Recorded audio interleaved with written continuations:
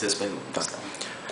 Jean Willis, queria que tu falasse da sua trajetória como militante até chegar hoje como parlamentar, um dos parlamentares mais reconhecidos pela qualidade da atuação aqui pelos jornalistas aqui do Congresso Nacional. Para falasse um pouco a gente dessa trajetória. Bom, eu vou ser bem breve, né? A trajetória é longa, eu tenho 38 anos, então é muita vida pela frente. Eu sou baiano de nascimento, nasci e me criei na Bahia, numa cidade do interior chamada Lagoinhas. Depois, aos 15 anos, eu fui para um colégio interno, onde eu estudei boa parte da minha vida. Antes de ir para o colégio interno, ainda em Alagoinhas, eu militava no movimento pastoral da juventude estudantil e pastoral da juventude do meio popular da Igreja Católica. Então foi aí que começa o meu engajamento político. Depois eu passo por esse período no colégio interno, saio do colégio interno, passo no vestibular para jornalismo em Salvador e volto a me engajar politicamente agora no movimento estudantil mais amplo e no movimento LGBT, que na época se chamava só movimento gay. Então toda a minha questão política tem a ver com os movimentos sociais. Eu entrei no jornalismo muito cedo, quer dizer, antes de me formar eu comecei a trabalhar profissionalmente. O jornalismo sempre foi um espaço onde eu exerci uma atividade política, sempre fiz matérias sobre temas sociais, ganhei menção honrosa do Prêmio Ayrton Senna pela defesa das crianças e dos adolescentes, trabalhei na organização de auxílio fraterno, a OAF, que trabalhava com crianças e adolescentes em situação de risco. Enfim, sempre tive essa atuação. E direcionei minha carreira não só assim profissionalmente para me formar como jornalista, mas também mantive um pé na academia. Então eu fui bolsista de iniciação científica, fiz mestrado e assim que eu terminei o mestrado veio a ideia de fazer um doutorado sobre um reality show e eu acabei participando do reality show por conta desse doutorado e virei uma celebridade instantânea. O reality show faz isso. Mas ao mesmo tempo eu não nasci para ser uma celebridade instantânea, então eu retomei minha vida e botei minha vida no trilho, né? Quer dizer, eu retomei o ponto onde eu parei, que era o ponto de fazer do reality show um objeto muito mais de análise, de pesquisa, do que usufruir dessa fama que ele confere. Adoro o programa, acho o programa bacana, acho a cultura de massa bacana. Não que ela não mereça crítica, mas ela merece. Bom, e com essa trajetória de vida, né, que envolve esse engajamento político, mais a visibilidade que o programa me deu, eu tinha um legado muito grande. E eu precisava fazer um uso desse legado. E foi aí que 3 figuras diferentes da política, Luiz Helena, a Luiz Mercadante e a Semineto, cada um num momento diferente, me aconselhou a me candidatar, a entrar num partido e me candidatar. Eu até então não tinha me filiado a um partido, embora tivesse muita proximidade do PT. Votei no Lula a partir de 94, que foi a minha primeira eleição, a primeira eleição em que eu votei, em 94.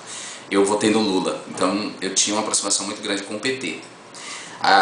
Se 3 pessoas me falaram isso é porque elas estavam certas. Eu precisava fazer um uso desse legado e então eu me filiei ao PSOL e me candidatei logo na sequência. E fui eleito graças ao voto de legenda, porque o PSOL é um partido muito pobre, um partido que não tem recursos, um partido que tem pouco tempo de TV e pouco tempo de rádio, e esse pouco tempo foi para o Chico Alencar, que era o nosso principal candidato e que é um grande político.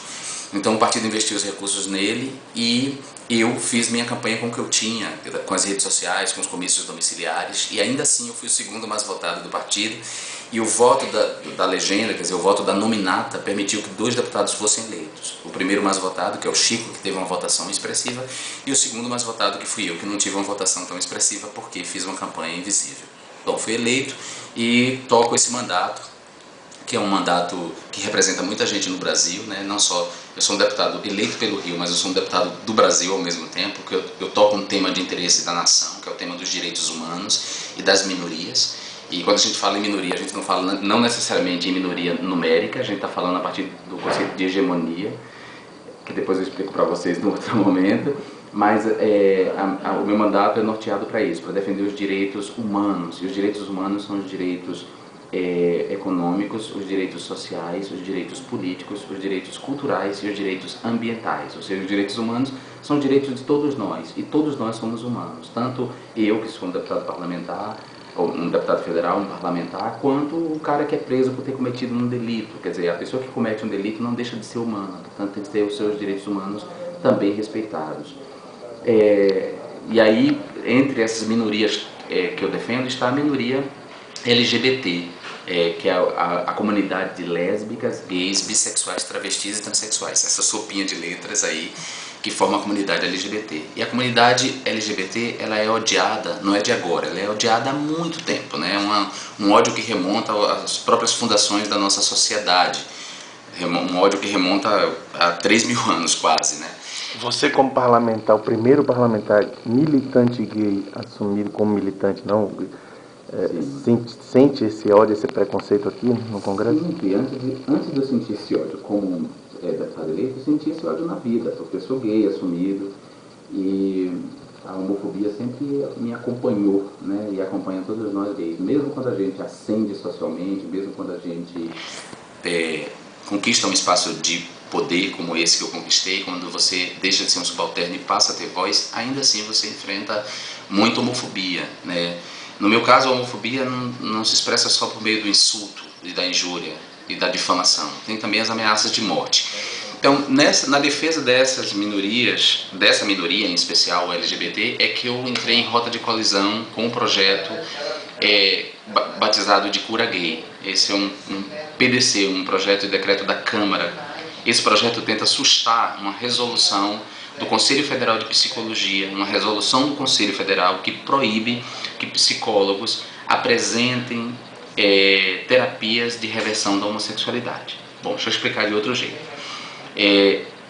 Havia muitos psicólogos ligados a igrejas que estavam oferecendo a homossexuais terapias de reversão da sua homossexualidade, ou seja, terapias para que eles deixassem de ser gays e virassem heterossexuais.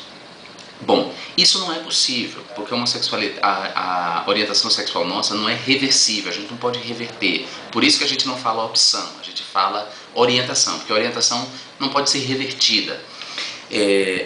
Como estava acontecendo isso, o Conselho Federal de Psicologia decidiu disciplinar isso, quer dizer, dizer para os psicólogos que eles não podem oferecer esse tipo de terapia de reversão, porque na formação do psicólogo não há nenhum ponto, nenhum elemento que autorize ele a fazer isso. Então o Conselho Federal de Psicologia, dentro das suas prerrogativas, decidiu colocar uma resolução dizendo que os psicólogos não podem oferecer terapia de reversão. Bom, os psicólogos ligados às igrejas decidiram se unir a um deputado aqui chamado João Campos, e esse deputado apresentou um PDC, um projeto de decreto da Câmara, que susta essa resolução do Conselho Federal de Psicologia. Ou seja, se esse projeto fosse aprovado, os psicólogos poderiam então oferecer terapia de reversão. E aí, por isso ele foi batizado de Cura Gay. É um projeto pavoroso, porque a homossexualidade há muito tempo foi tirada dos códigos de doença, tanto dos códigos internacionais quanto dos códigos nacionais. Ou seja, a ciência entendeu que a homossexualidade não é uma doença, a homossexualidade é uma expressão da sexualidade humana. Ou seja, todos nós temos uma sexualidade e nossa sexualidade pode se expressar na heterossexualidade, na bissexualidade e na homossexualidade. Nós temos, portanto, 3 expressões da sexualidade humana absolutamente legítimas e diferentes entre si. O ideal é que a gente se respeitasse, que a minha orientação sexual não incomodasse os outros. Assim, da mesma maneira que a orientação sexual alheia não me incomoda. Quando eu vejo um casal de héteros no shopping ou no cinema se beijando, isso não me incomoda, muito pelo contrário, a expressão do amor, eu tenho mais a que louvar o amor.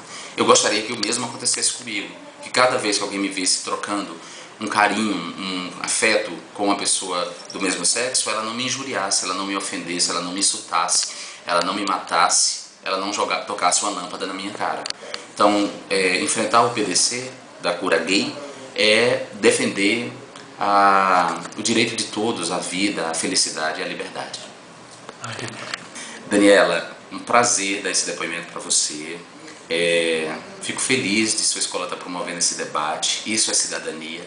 Quero deixar um beijo, um abraço para os seus colegas de classe todos. A gente não precisa concordar nessa vida, mas a gente precisa se respeitar nessa vida. Entender que todas as pessoas têm um direito, volto a dizer, à vida, à liberdade e à felicidade. Um beijo para vocês.